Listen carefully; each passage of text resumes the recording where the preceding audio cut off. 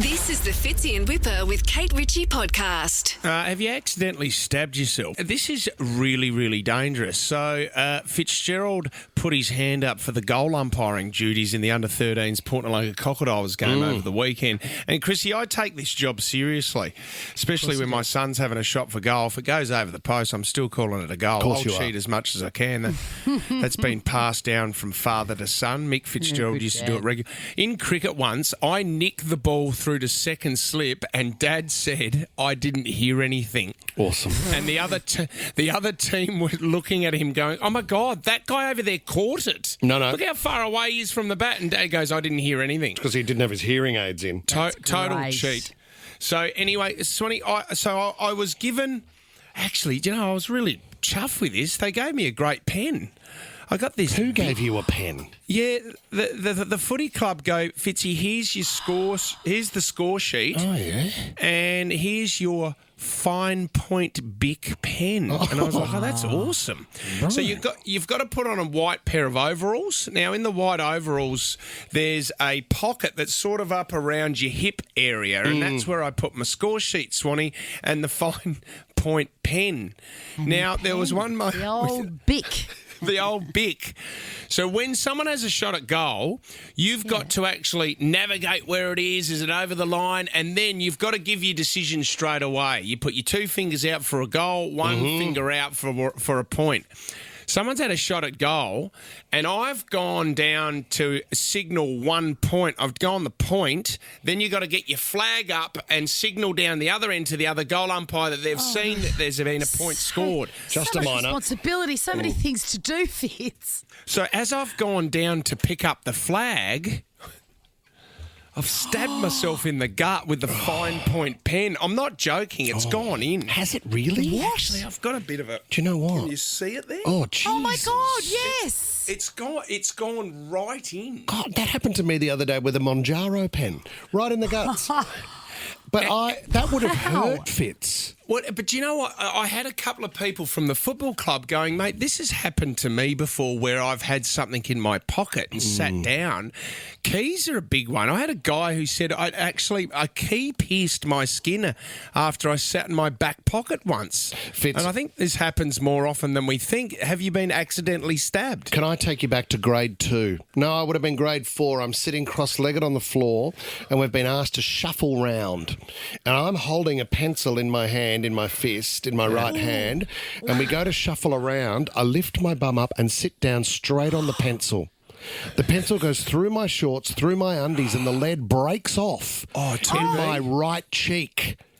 I go through the whole day in pain till I find myself standing next to the kitchen table while Mum has a needle and a pair of tweezers picking the lead out of my bum like I'd been shot in the war.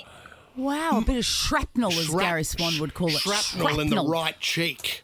Or, Tommy, you stabbed yourself with a broom. That went missing in the kitchen once, didn't it? Don't think that was an accident.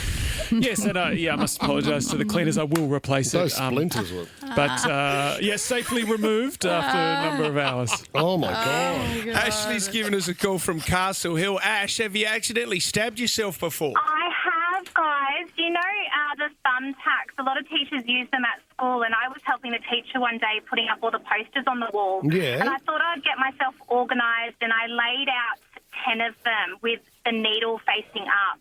And I lost my balance, and my knee went through 10. Oh, your knee. And my knee, I just landed right on them, straight in. I couldn't bend my knee. I just kind of rolled over. Didn't know what to do. Do you know It was awful. The kids would have thought you were so tough, though, to have a thumbtack hanging out of your knee, Ash. I did look like a bit of a whoopee cushion, pin cushion at the time, and I was trying to stay really brave, and look, it was awful. Thumbtacks. But I had like a gold plate on my knee, so Quite trendy. I looked pretty gangster at the time. Yeah. Thumbtacks are thick. Cheryl in St Andrews. Hello. Hi, good morning. Happy Monday. You too. What happened to you, Cheryl?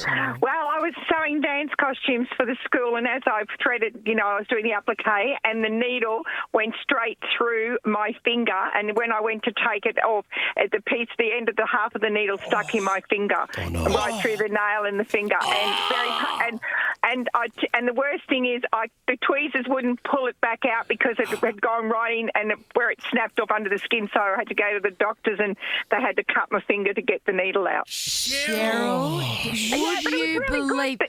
The good news is I didn't get any blood on the costume. It just spurted everywhere else. Well done, Cheryl. You are a pro. Every cloud. I've been sitting here thinking, oh, gosh, I don't think I've ever done anything like that. And, Cheryl, I've done exactly the same thing on a sewing machine. Yeah. I've put my... I recognise that you're talking about the sewing machine because I've done the same thing. It just went boom, boom, bang, bang, all the way through. Yep, right The danger of a genome. Yeah. Well, that's right. It was a genome sewing machine. Cheryl, just quickly, how tough are your thumbs? Is the skin around your thumbs, is it really tough skin that the needles don't go through it? Yeah, it is. It is tough. My hands are soft at the skin, but it's just the way, like my skin, it's just weird. It's just how it happens, and it can happen so easy because when you're threading something, like when you're sort of trying to glide it neatly, and because I was doing applique for aerobics costumes, and as you were doing it, and it actually just my finger went under, and I've done it about Cheryl. 4 times. But Cheryl, I can't believe how many calls are coming through. Actually, my son's just texted me saying, Dad, why don't you talk about the time when Lenny, my little brother, stabbed me in the leg over a game of Yahtzee? Geez. Remember that with a pencil? Mm-hmm. Bang. Oh, high stakes. Yep. Elma in Camden, welcome to the show. Did you stab yourself? What'd you stab yourself with? Yes, my reading glasses. How did you do that, Elma? I was out hanging up washing, had them in my pocket and bent down to pick up some pegs and heard this almighty snap. And the actual glasses snapped in half and stabbed me in the leg. Oh, the lens? The lens snapped in half. Did it draw blood, Elma? A little bit, yeah. Oh, not too much, but a little bit. The yeah, dangers of nice surprise. spectacles. I don't think we'll be able to beat that, Elma. Reading glasses in the leg. Bridget in Parramatta, can you beat that? Oh, not sure. I was having a lean cuisine and preparing it. I was holding down the frozen food and stabbing it with a fork. You know how you have to stab the plastic? Pierce the top, yeah. And I accidentally stabbed and went right through the tip of my finger. Oh, my God. It's a really sharp God, you were really violent with that lean cuisine. What did you have against the lean? reason. You must have been very hungry, I can only assume, Bridge. Hangry.